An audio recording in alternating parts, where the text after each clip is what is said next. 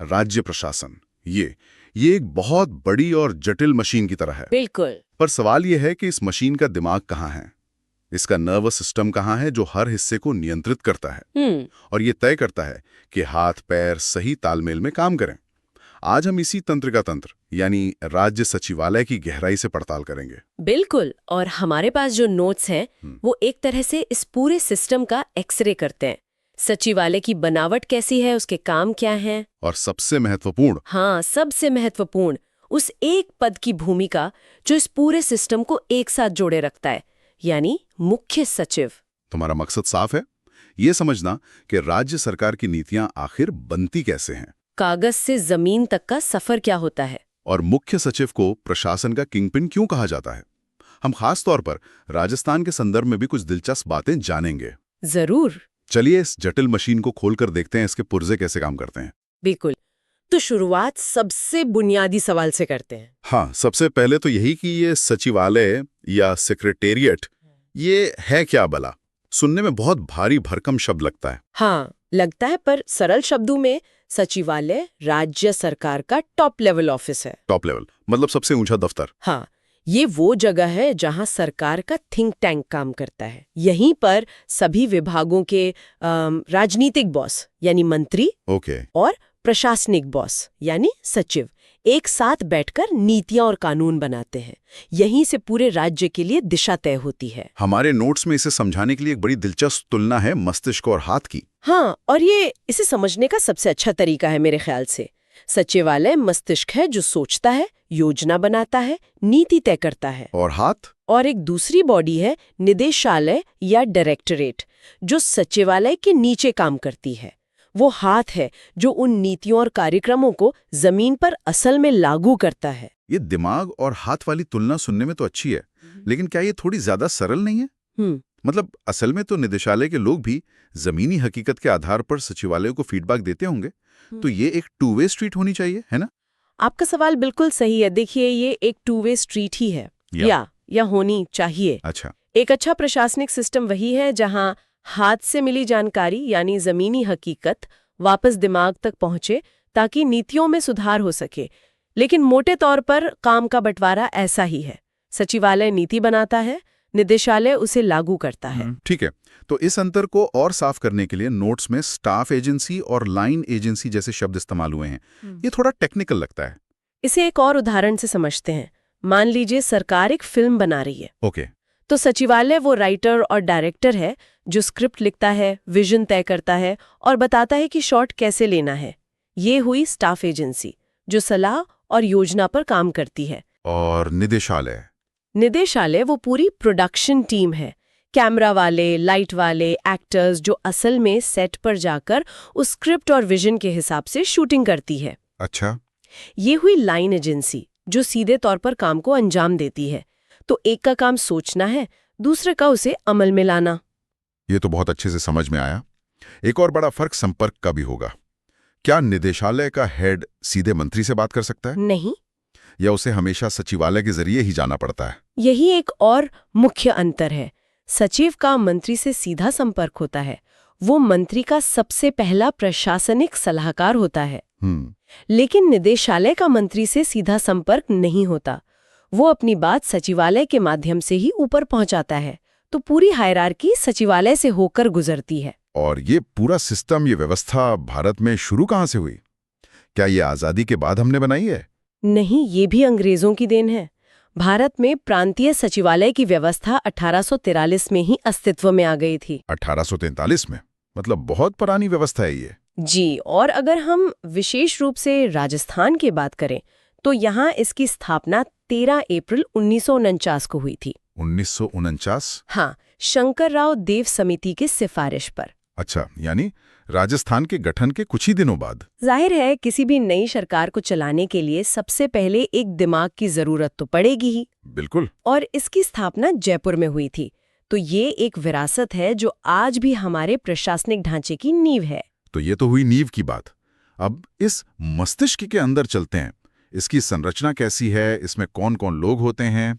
देखिए, इसकी संरचना को हम 2 स्तंभों में बांट सकते हैं। एक है राजनीतिक स्तंभ और दूसरा प्रशासनिक। हाँ, और दूसरा है प्रशासनिक स्तंभ।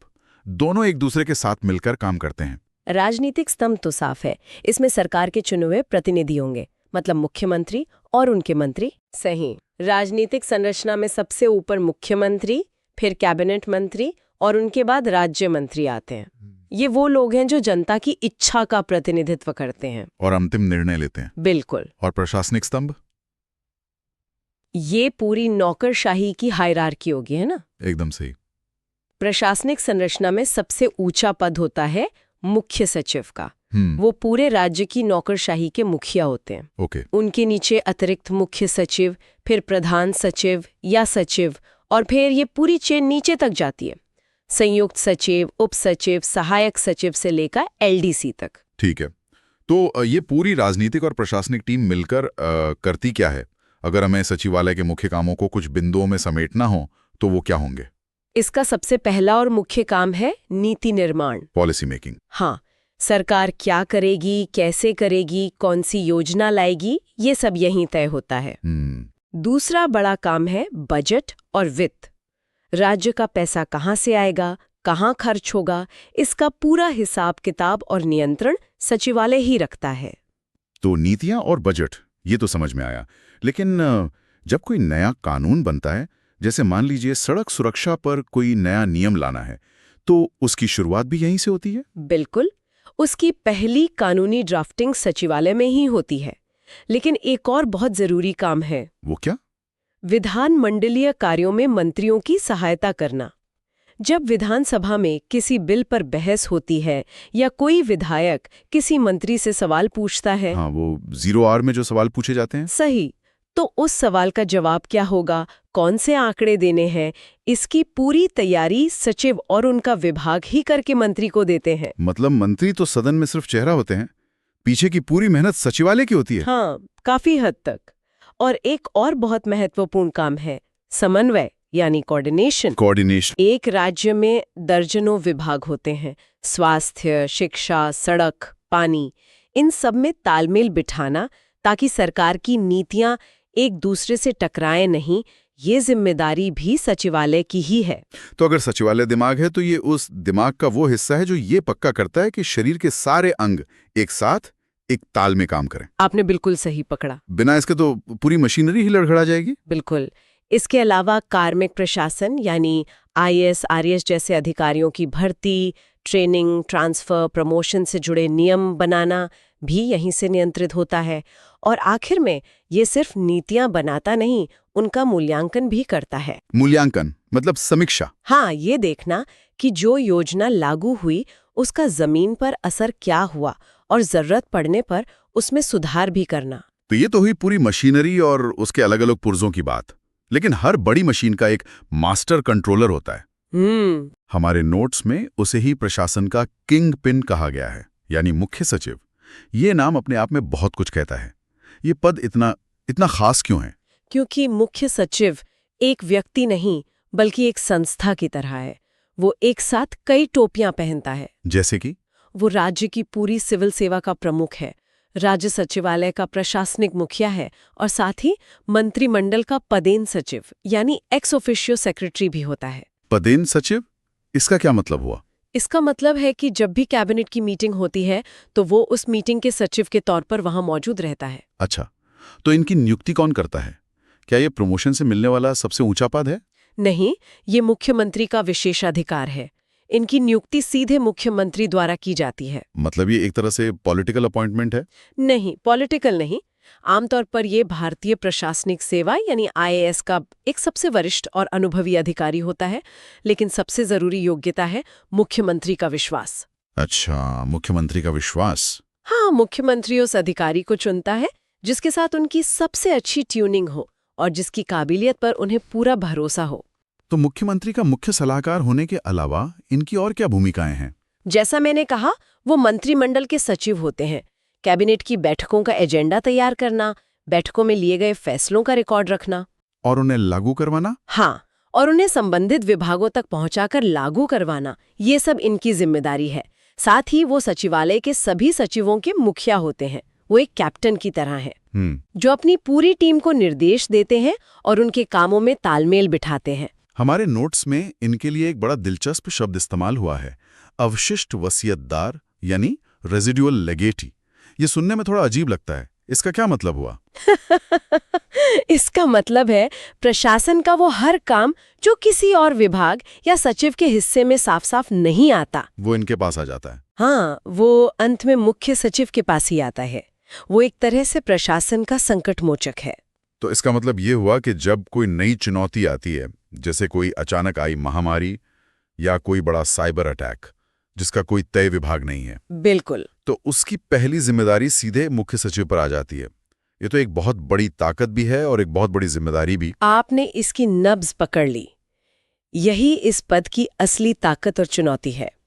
जो काम किसी का नहीं, वो मुख्य सचिव का है। वाह! इसीलिए संकट के समय, जैसे आपातकाल या राष्ट्रपति शासन के दौरान, इनकी भूमिका और भी बढ़ जाती है। तब वो केंद्र सरकार और राज्यपाल के मुख्य सलाहकार के रूप में काम करता है। और पूरी प्रशासनिक मशीनरी उन्हीं के निर्देशन में चलती है। एकदम। एक सवाल जो अक्सर मन में आता है, राज्य के मुख्य सचिव और केंद्र सरकार में जो कैबिनेट सचिव होते हैं, उनमें क्या समानता है और क्या अंतर है?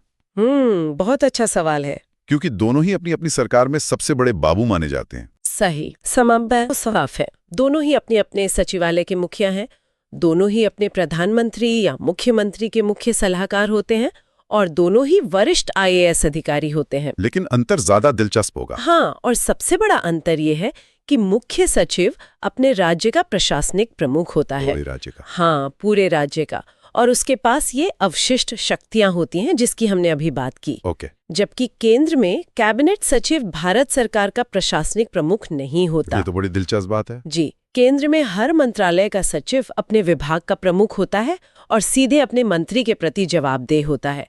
कैबिनेट सचिव के पास अवशिष्ट शक्तियां भी नहीं होती। इसका मतलब राज्यों के स्तर पर सत्ता और जिम्मेदारी एक ही व्यक्ति में ज्यादा केंद्रित है, जबकि केंद्र में ये ज्यादा बटी हुई है। बिल्कुल। क्या इसी वजह से राज्यों में एक डायनामिक चीफ सेक्रेटरी पूरे प्रशासन की रफ्तार बदल सकता है?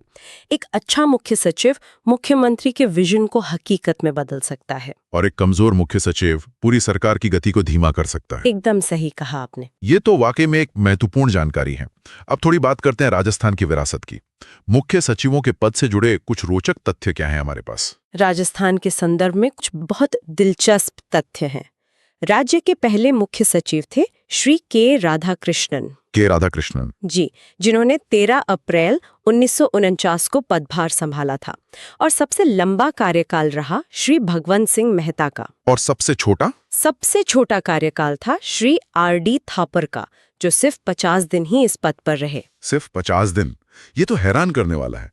इतने कम समय में तो कोई अधिकारी अपने दफ्तर को ठीक से समझ भी नहीं पाता होगा। सही बात है। क्या इस तरह के छोटे कार्यकाल से नीतियों की निरंतरता पर कोई असर पड़ता होगा? निश्चित रूप से पड़ता है। प्रशासन में स्थिरता बहुत जरूरी होती है। अगर शीर्ष अधिकारी जल्दी जल्दी बदलेंगे तो नीतियों को लागू करने और उनके नतीजे देखने का समय ही नहीं मिलेगा। ये एक बड़ी चुनौती है। और क्या इस पद पर कोई महिला भी रही हैं? हाँ, लेकिन इसमें काफी समय लगा। राजस्थान को अपनी पहली महिला मुख्य सचिव 2009 में मिली, श्रीमती कुशल सिंह। 2009 में, यानी राजस्थान बनने के 60 साल बाद। जी, 60 साल बाद राज्य को अपनी पहली महिला मुख्य सचिव मिली। ये अपने आप में एक कहानी है कि प्रशासन के शिखर तक पहुंचने में महिलाओं को कितना लंबा सफर तय करना पड़ा। बिल्कुल। और हाल ही में दूसरी महिला मुख्य सचिव श्रीमती उषा शर्मा भी रही हैं। अच्छा,